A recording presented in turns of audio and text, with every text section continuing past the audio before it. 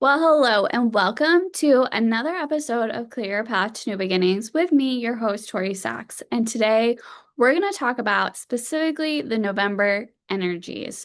And we're going to continue to feel shifts just like we felt quite a few shifts in the month of October because we are in the fall or autumn season. And so we are getting change. Think about the winds of change. It's not a constant season like what we had in summer or what we will get as we move closer to winter. But think about this time as really setting us up for having more stabilization in winter. This is us letting go. It's a time of letting go or moving through or making adjustments to what is for us. And especially in this month of November, as we get some retrogrades, some planets going direct. So, again, all for our highest good. And I think when you look at what's going on through this month and how this information can help you, you'll come from a much more grounded, stabilized, and as prepared as we can be. Again, that's something like we try and prepare and we're aware, but there's a lot of things out of our control. And especially in this time where there's a lot of change moving through and we're still adjusting and acclimating from the eclipses, this is where, we may get more new information or more illuminations, especially with kind of some of these retrogrades happening. But at least again, we can know, okay, like I have this information, I'm going in this one direction, and I know I might get other information that's going to help me. But again, we're moving into a place where we're moving into stabilization and balance, and we're also accumulating much more of the feminine energy, feminine polarity within all of us, because that's something that every single person has, regardless of your gender. So, without further ado, we will dive into November. And just to remind you, I'm an intuitive energy healer, specializing in Eastern modalities, and the goal is to help move you into balance.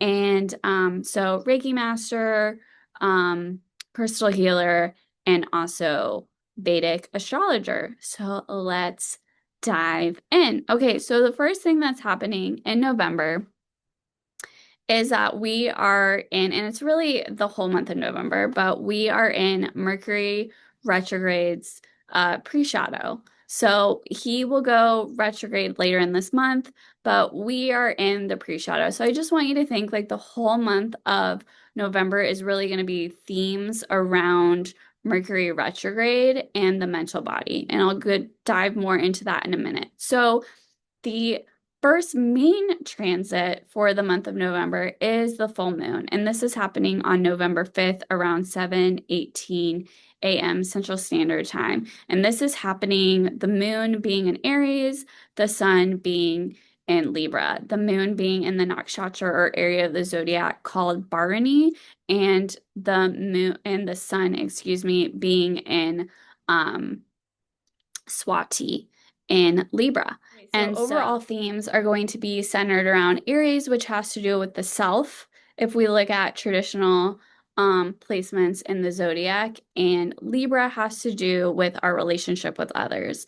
We're going to get some fire energy with Aries, and we're going to get some air energy with Libra. Libra is also a sign where we're constantly trying to move into balance. If you know where Libra is in your chart, that is an area where you're constantly moving into balance. Think about that seesaw.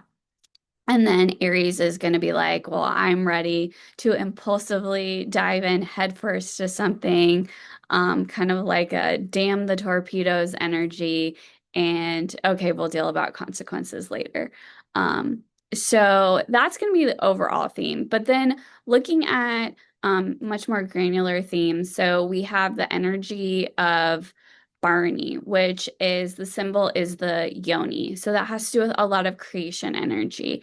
But the deity connected with Barney is Yama, and he is the god of death. So the theme where the moon is, and you can look at it from the emotional body perspective, is this has to do with death and rebirth.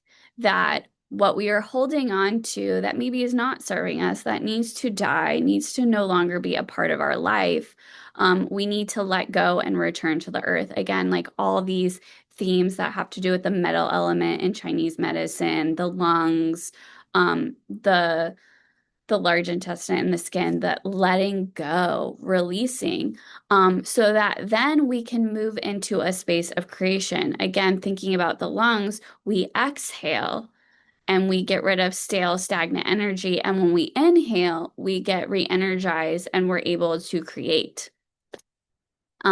Which again is also like that air element with the sun being in Libra and in Swati specifically. So again, moving back to the moon. So maybe there's emotions, maybe there's other things that we need to move through that we're holding on to really tight, that's no longer serving us. Or maybe there's just certain things that we no longer need to hold on to. And we can let go of. And so Yama and this Yoni energy is really going to help us let go and move through that so that then we can move into people that we are supposed to be, maybe sacred contracts, maybe doing what we're supposed to be doing, thinking in a certain direction, feeling that jumping headfirst into something that we're finally ready to do. The sun is in Swati. And like I said, think of this, the symbol for Swati a lot of times is like bamboo or a blade of grass that is moving with the wind, is like this kind of action of billowing with the wind. And this is connected with the deity of Vayu, who is the god of wind. And so it connects with prana. So again, what I was talking about with the breath, it's this full moon is going to help us release so that we can, again, take that breath of new energy and release what is no longer serving us. And so this is a time where we may need more rest.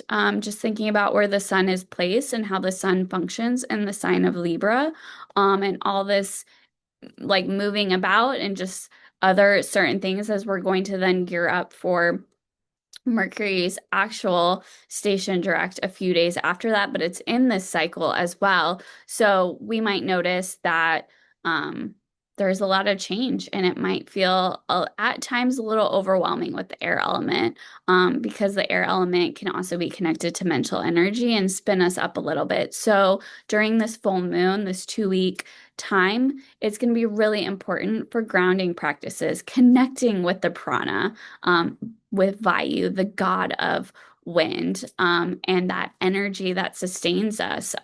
As a Reiki master, we talk about chi, or universal life force energy, and that is connected with prana, with the chi, with that life force energy, and needing to move that energy so that we don't have energy blocks, or if we have an energy block, that we can understand and move through it to then have this movement of the breath, especially in this time of autumn. And so having those grounding foods like soups and purees and root vegetables is going to be very helpful during this 2 week time. And it's going to help you ground in so that you can release. And so you don't feel so spun up during this time, but you can come from okay, I've been thinking about this. I've really been ideating, and this is what feels right for me. The ascendant for this new moon chart is Vishaka.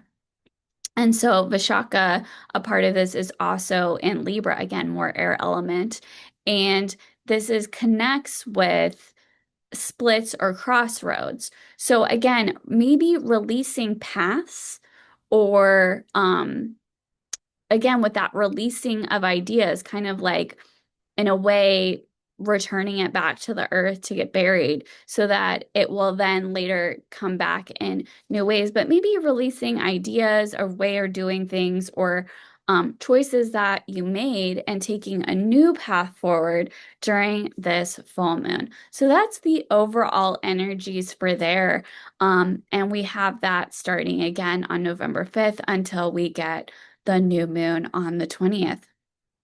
The next transit we have is on November 9th, and that is Mercury officially stationing retrograde, and he will be retrograde up until November 29th. So we'll get him retrograde through Thanksgiving. And then to close out the period, and I'll talk more about this in December. So, like I was saying, we will have the container of the final Mercury retrograde close on December 16th. So we'll talk about more on the post shadow.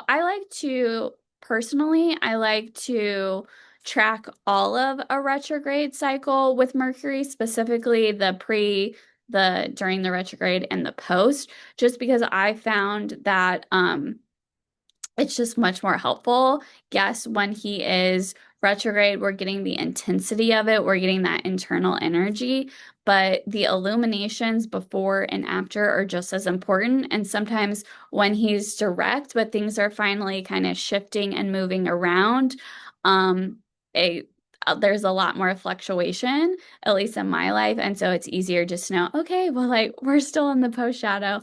Mercury's just working his way out, and that's what we need to move through.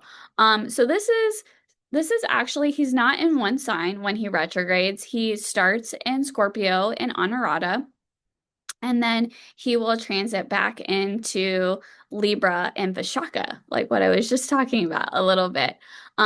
But the other thing I want to say is he is going to be in a quite tight conjunction with the planet Mars. So Mercury is the mental body, mental energy.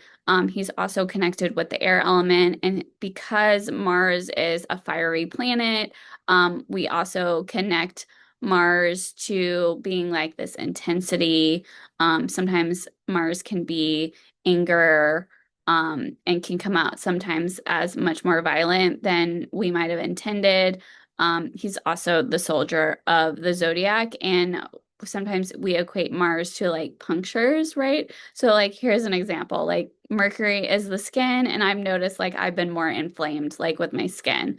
And that's like with the tight conjunction of Mercury and Mars. So we will get that. We'll be feeling that with this Mercury retrograde. So we might notice like our speech communication, because Mercury rules communication. So we might notice like our communication is a little bit more fiery. Our communication, it has an intensity to it. It's sharper, it's more direct than maybe it otherwise would be. So just things to like think about, and maybe take a pause during this time, during Mercury retrograde. Again, it's a time to reflect and go internal, but this might be a time where you do pause before reacting or talking back to someone. So maybe in a dialogue, if you notice something is coming up, to be present, maybe you take a breath and a step, and maybe count to 5 or 10, and then you respond, or be like, hey, you know what? I need to actually go in a different room, and then I'll come back and we can continue this on. Moving into Scorpio and Anurata, that is connected, like that area of the zodiac is specifically connected to friendship. And the deity is connected to Mitra, or the god of friendship. So there's a loyalty aspect here that may come up, or there might be something coming up to reflect and ideate on when it comes to friends. Then we have Vishaka in Libra. And again, Libra being a sign that is always asking us for balance, because it's that seesaw. It's the air element. So again, needing that information, like one day maybe the seesaw is lower than the day before. So coming and kind of noticing those to bring it into harmony.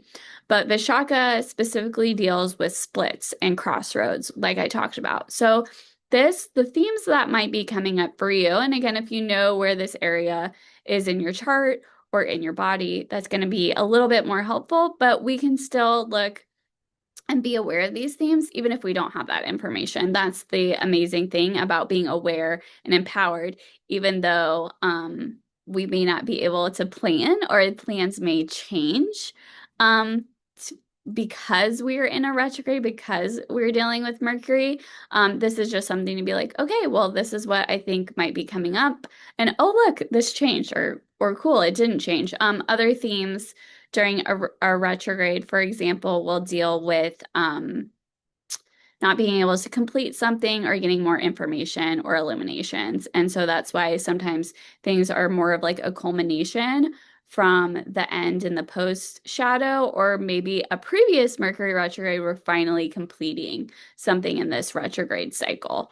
But again, Vishaka has to do with a crossroads. It has to do with a split. It is ruled by Indra and Agni. So we have, again, like Indra being the god of the celestials, and then we have Agni being fire energy. And again, it's in Libra, but we also have that playing out with Mars and Mercury being in a tight conjunction. So that air element with Mercury and that fire energy with Mars. Honorata, Scorpio is also deals with occult and mysticism. So there might be things during this time that were maybe mysterious before, and now we're getting more information and we're like, oh, this is actually why I needed to go down this rabbit hole. We also might notice during this time that there might be splits or a crossroads with friendships or people who we view as friends. So maybe people we have walked with for a very long time or some part of time, we're no longer feeling in alignment with them anymore. So we're actually maybe wanting to take a different path than they are. And there's nothing wrong with that. We grow and evolve. Kind of like, that bamboo, like one day it's going one way and one day it's going another way, like talking about Swati earlier, but that's the air element, right? Specifically. And so it's gonna have this energy of splits and different paths, or like this energy of multiplicity sometimes is talked about with Vishaka doing numerous things, but you might just notice, oh, like I've been juggling a lot of things and actually I can no longer juggle all of this, so I'm going to split and move in this one direction. And again, the beautiful thing in life and in general, like I talk to a lot of my clients about, is that we all have choices. So again, just watch yourself on Thanksgiving because we are still in Mercury's retrograde, but he will go direct on the 29th specifically. So we will notice and start feeling him station around Thanksgiving. So there might be a little bit more added chaos. And so again, it's just be prepared. If you're someone that notices that, easy to anger, or it's easy, all of a sudden you're really working through like not reacting and having fighting words, then maybe you want to stay away from the color red. Maybe you want to move and connect more with the color like blue or green or purple to help you. And again, those grounding practices, like I talked about before with the breath and food as well, because food is medicine. That's what they believe. We believe with Ayurveda. So that's on the 9th through the 29th. And then on November 11th, we have Jupiter stationing retrograde. So Jupiter is now in Cancer. He is very happy in Cancer, but he just dipped his toe into Cancer. And like I was telling a lot of people, he is like a guest that entered the house of Cancer. It's cozy. He loves Cancer. He's so excited to be there, but he hasn't taken his coat off or his purse or backpack off. So he's literally standing at the front door. And because now he's retrograding, he's actually kind of like in the entryway, and now he's like moving and wanting to go back outside and go to a different house. And so we won't get him moving signs quite yet. That will be next month, but we will start feeling that energy. We still can take advantage of the fact that Jupiter is the happiest here in Cancer, but we might notice more like expansion in a much more internal way. And we might notice like getting blessings and getting more wisdom and information in a much more internal way, where when he is direct, it's much more external. So we will be noticing that on the 11th, those shifts. And again, because he takes about a year to transit each sign, it will take a minute before he goes back into Gemini, not like, Mercury, where it could be a few days, or, like a blink of the eye. It's a much quicker transit with him moving signs and that transiting in that energy. Okay, so then we have the new moon the November new moon is happening in Scorpio, and this is happening at 12:46 a.m. Central Standard Time in Scorpio, specifically in the area of the zodiac called Anurata. And so we're going to be noticing this new moon, dark moon energy, of course, on the 19th, but we'll be feeling new moon energy on the 19th and also on the 20th, just because of the time frame that this new moon goes exact. And Honorado, which we talked about a little bit earlier, Mercury was in that area of the zodiac. He will also still be retrograde during this time, but so Anurata is again connected to Mitra, which has to do with friendships and compassions. And um this is going to be centered around loyalty. We might feel a deep intensity because the moon is not the happiest here. This new moon may feel kind of full moony, because we have this intensity of emotion where it may not feel as like light and new beginnings. And again, but here's the thing, all endings really are new beginnings. So it will help us move into that, but it may feel very, um, especially because it is in the sign of Scorpio and is a sign of um, intensity and mystery and like profoundness, Scorpio energy. I have a lot of Scorpio energy in my chart, and we are not people that love to small talk. We're like, let's get to the bottom of something. Let's go deep. Let's really get in there. Um, so we're gonna feel this energy for this new moon in Scorpio in November. But Honorata, that area of the zodiac is also known for mental sensitivities. And so this is going to be interesting because we also have Mercury retrograde. And so Mercury retrograde also deals with mental body and maybe we are feeling a little bit more sensitive during this Mercury retrograde and then combining it with this new moon. So it might be double layer of mental sensitivity needing extra grounding practices to kind of help level out and balance the energies during this time, especially in the mental body. I would also say you may want to stay away or move away from being around certain people who might spin you up, who might make you not feel grounded, or they are people that might be not grounded themselves. And so you notice that when you're around them, that you are feeling more in the air. So that may be something that you want to work through and notice about. We might, because this is happening, like if I look at the new moon chart, it's happening in the fourth house. So we may notice that there may be some themes that we're kind of percolating on that has to do with our home life and our private life, because that's the fourth house and like the mother. And so there may be, again, that like, how are we looking at things with that energy, and then also with the energy like that intensity, the mental sensitivities, and also themes around loyalty and friendship. So other things that you may want to work with to like help you with this new moon cycle is specifically working with Mitra. And Mitra is the deity of Anurata, and she is connected to the sun god. So might want to work with that. When I was looking at the chart and starting to get messages, Kuan Yin, who is the goddess of compassion, that might be someone you want to work with and invoke during this time.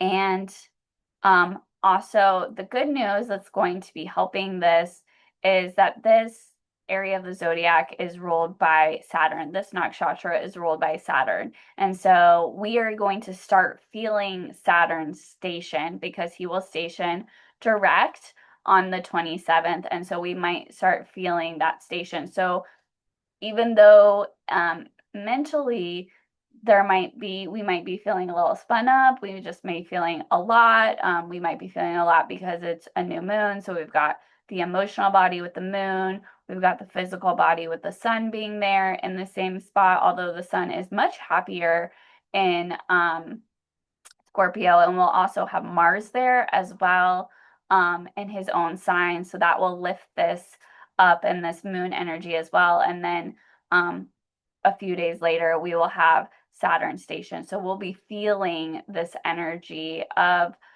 Saturn stationing. It will be a week before he stations, but because he moves so slowly in a sign we're already feeling, he's already kind of like stopped moving backwards, which is going to be very helpful during this time.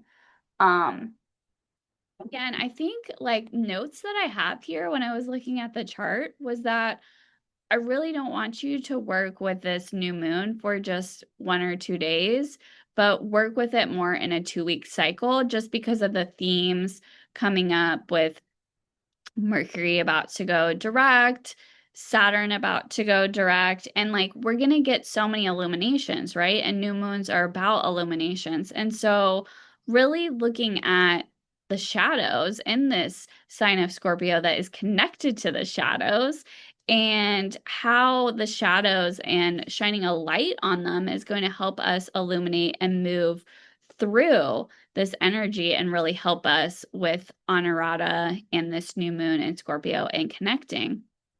And then on November 27th, the next transit is that we have Saturn stationing direct in Pisces. And this is really exciting because we have been dealing with Saturn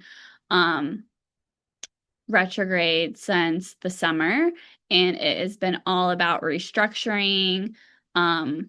Like if there is one word for Saturn retrograde, it's all around structure. But because it's retrograde and we have to reflect, it's been about restructuring. So I don't know about you. I've been doing a ton of restructuring, not only myself, my Dharma, certain other areas of my life. And so I will be happy to feel like, okay, I now have a much more solid foundation to help me move forward.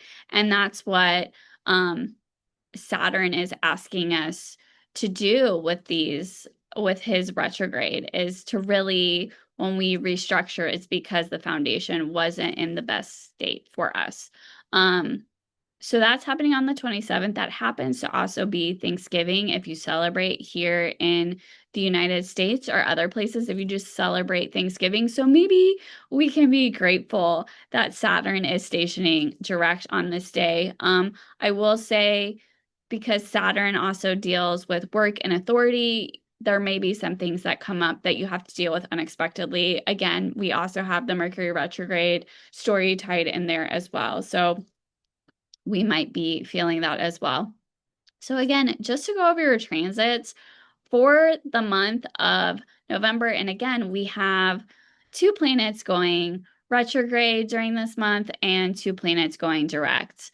And one of those planets happens to be Mercury, who goes retrograde and direct in the month of Mercury. But then we also have the celestial guru going retrograde on the 11th. But then we also have the planet of karma and responsibility and structure going direct on the 27th. So we kind of have a flip-flop of those 2 planets with Jupiter and Saturn going retrograde and direct because they're not outer planets, but they are the planets that transition and transit a lot longer time in a sign. And so we have one who's been forward motion, and now we have one, and they're just essentially flip-flopping. So we'll be feeling that energy dynamic. But again, November, we have pre-shadow energy happening. And then on November 5th, we have the full moon. And then on November 9th, we have Mercury stationing retrograde. On November 11th, Jupiter stations retrograde. On November 27th, we have Saturn stationing direct finally. And then we have on November 29th, we have Mercury stationing direct. And then through the rest of the month, we'll be dealing with the post shadow for Mercury retrograde, but at least we'll be in the post shadow. So really the month of November is all about, it's kind of a Mercury story, and lots of shifts. lots of shifts and illumination. So you may feel like you're not getting as much done as you would like in November, but just know there's going to be so many internal shifts that that may not be as forward progress in the external world, but just know you're moving through so much in the internal world, and that's going to help you through the rest of the year. And as we continue with things and the rest of the season of autumn. So, with that, I wish you well in this month of November. I look forward to seeing you in another video or in a healing or our astrological session. You can definitely check out my website to book an online or a virtual appointment, I should say, or an in-person appointment. So I look forward to seeing you or seeing you in the next video. So thank you.